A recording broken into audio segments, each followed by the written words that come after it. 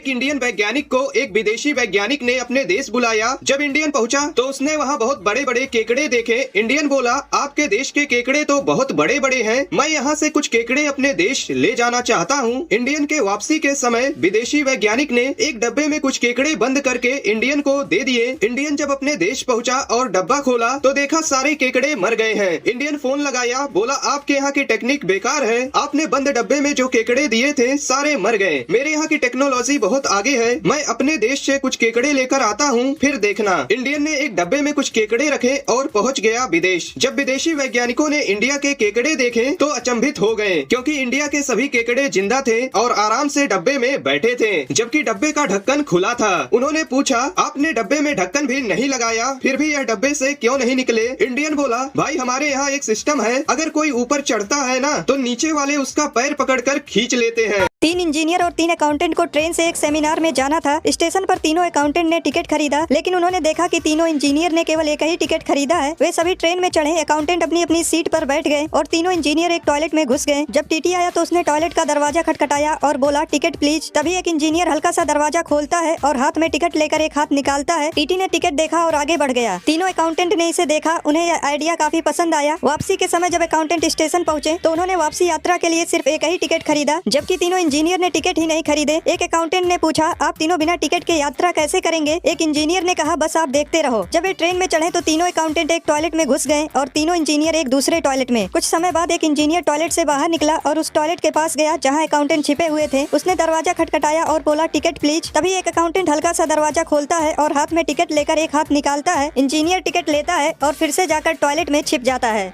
दोस्तों, कछुए का एक परिवार पिकनिक पर जाने को सोचा। उन्होंने सामान और खाने की चीजें पैक की और पिकनिक के लिए निकल पड़े। 2 साल बाद वह उस जगह पर पहुंच गए जिसे उन्होंने चुना था। उन्हें 1 महीने लग गए उस जगह की साफ सफाई करने में। इसके बाद उन्होंने अपने खाने की टोकरी खोली तो पता चला कि वह नमक लाना भूल गए हैं। नमक के बिना खाना बेस्वाद है। सरदार कछुआ बोला कि छोटा कछुआ बाकी कछुए से तेज चलता है, इसलिए वह वापस जाएगा और नमक लेकर आएगा। छोटा कछुआ बोला, मैं नमक लेने जाऊंगा, पर मेरी एक शर्त है, जब तक मैं वापस नहीं आ जाता तब तक कोई खाएगा नहीं। कछुए बोले, हमें शर्त मंजूर है। छोटा कछुआ नमक लेने चला गया। 6 महीने बीत गए लेकिन वह नहीं आया। इंतजार करते करते 2 साल हो गए लेकिन वह नहीं आया। इसलिए परिवार के बाकी लोगों ने टोकरी खोलकर नाश्ता करने का फैसला किया। जब उन्होंने नाश्ते की टोकरी खोली तो छोटा कछुआ झाड़ियों से बाहर कूद गया और चिल्लाया, देखो मुझे पता था कि तुम सब मेरे वापस आने तक इंतजार नहीं करोगे, इसलिए मैं नहीं जाऊंगा नमक लेने।